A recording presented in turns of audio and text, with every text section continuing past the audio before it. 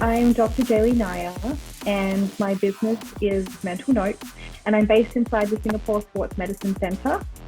And I have been in private practice now since 2013, and I work with athletes all over Asia, as well as the UK, the US, and Australia as well.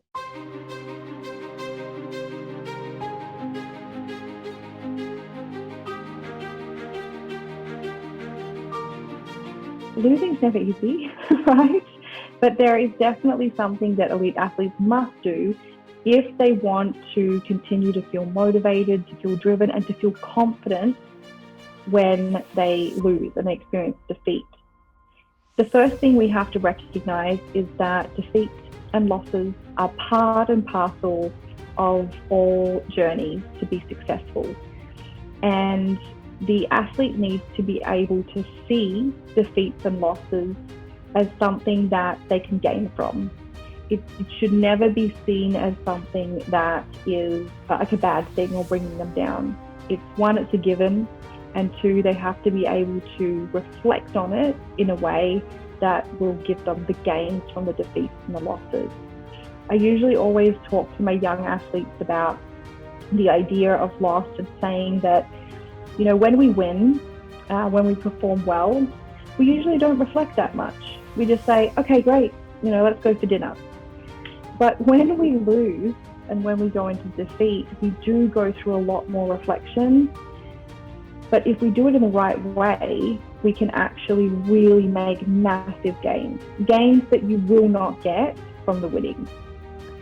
And so I teach my athletes a very structured way to reflect, a system to reflect, so that they can really draw out all the good things, all the positive gold from the losses and the defeats, so that then they can start to see them as springboards and gain from the defeats.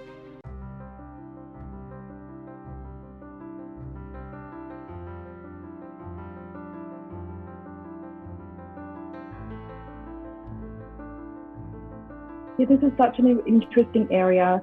I think it's very underutilized practice with athletes going through injuries to tap into the sports psychology, but it can make a huge difference to their recovery. So the first thing we usually do is we start to look at the experience of the injury and just make sure that the athlete doesn't have any sort of trauma from that experience. So what I mean by that is that if they have fear of returning to their sport and fear of being in the same situation that caused injury, then they can start to create lots of avoidance habits in their performance. So we have to start to look at the experience. We look at how they can see it differently in terms of the things they have control over, to make sure that they're not fearful of re-injury. The next thing that we do, and this is something that involves an approach with the coach, is that usually we have to look at how the athlete's responding to the injury.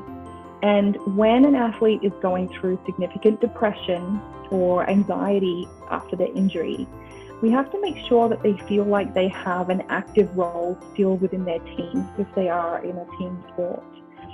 If they are in a really impactful role or leadership role, like being captain, and they get injured, they are prone to really having quite significant negative experiences mentally.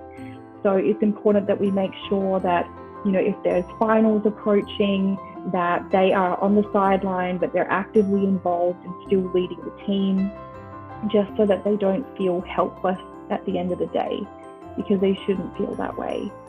Again, injury can be part and parcel of sport, it just has to be managed in the right way. And then lastly, what we do with the individual athlete is I spend quite a bit of time doing healing visualization as well.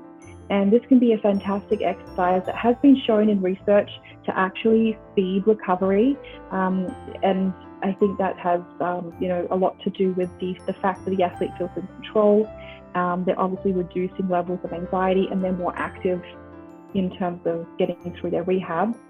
And with the visualization, it just involves them really starting to tune into the affected area and then visualizing what it would look like if it's actually healing.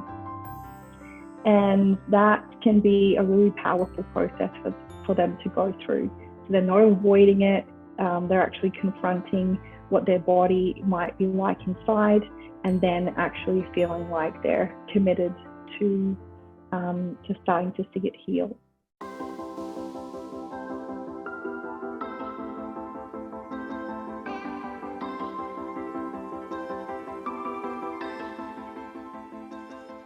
So when it comes to managing really high pressure moments, the first thing that elite athletes do is they train those particular situations.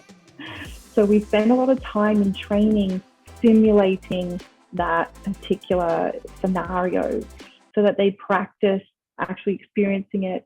And it's not about just physically going through it. We actually train what you're going to think about, what you're going to focus on, and then, some of the techniques to manage the physiology again.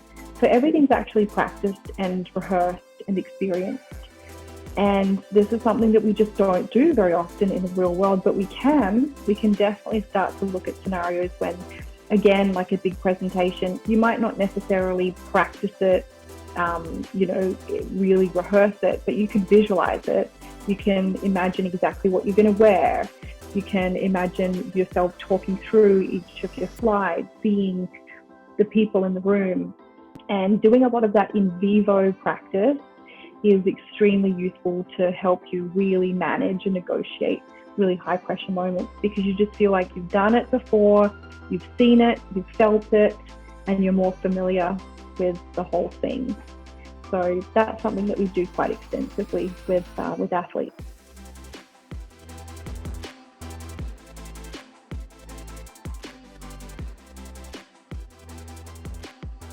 When it comes to athletes, especially the really elite ones in the spotlight, how do they handle criticism and the social media comments?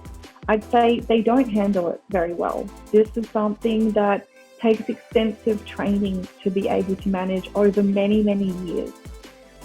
And I think it's okay to be able to say to the athletes that we're working with that it's okay to feel really, really sort of upset by these things. It's normal. But of course, once they realize the vulnerability, then we have to start to look at how to change the focus and focus on different things. So I think the issue here is that the social media, the presence, just the way that the media is so highly involved these days in an athlete's life makes it extra challenging. And it's only going to get, I think, more and more. So we do have to create different techniques for the athletes to manage this.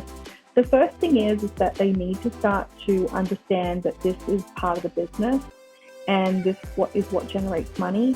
Therefore, there's a level of acceptance and expecting that athletes need to have in their sort of their toolkit first and foremost when managing these things. It's not personal. It's just something that you need to be ready to see it's going to happen. But sometimes when there's that level of expecting and acceptance already there, the resistance actually drops quite significantly. And that already helps an athlete be ready to manage it. And then once it does happen, we then start to do some triage in terms of making sure that they are thinking about their own performance, starting to look at these things as these are things they can't control. This is not the truth. It's not all the facts often, but what are the facts? What do they know about themselves? What does everyone else in their circle that matters know about them and their performance? And so we try and make sure that they're focusing on the people that matter, the support that they're getting there, and the facts that they know about themselves. And I think this is something that we all have to practice. And, I think this goes to comparisons as well, that I think we all deal with around social media and our relationships. And this is where you can start questioning, yourself and, what might be true or not true. And it's really important to be able to sort of, manage that and say, what's the facts really about myself? What do I value? And who are my true supporters?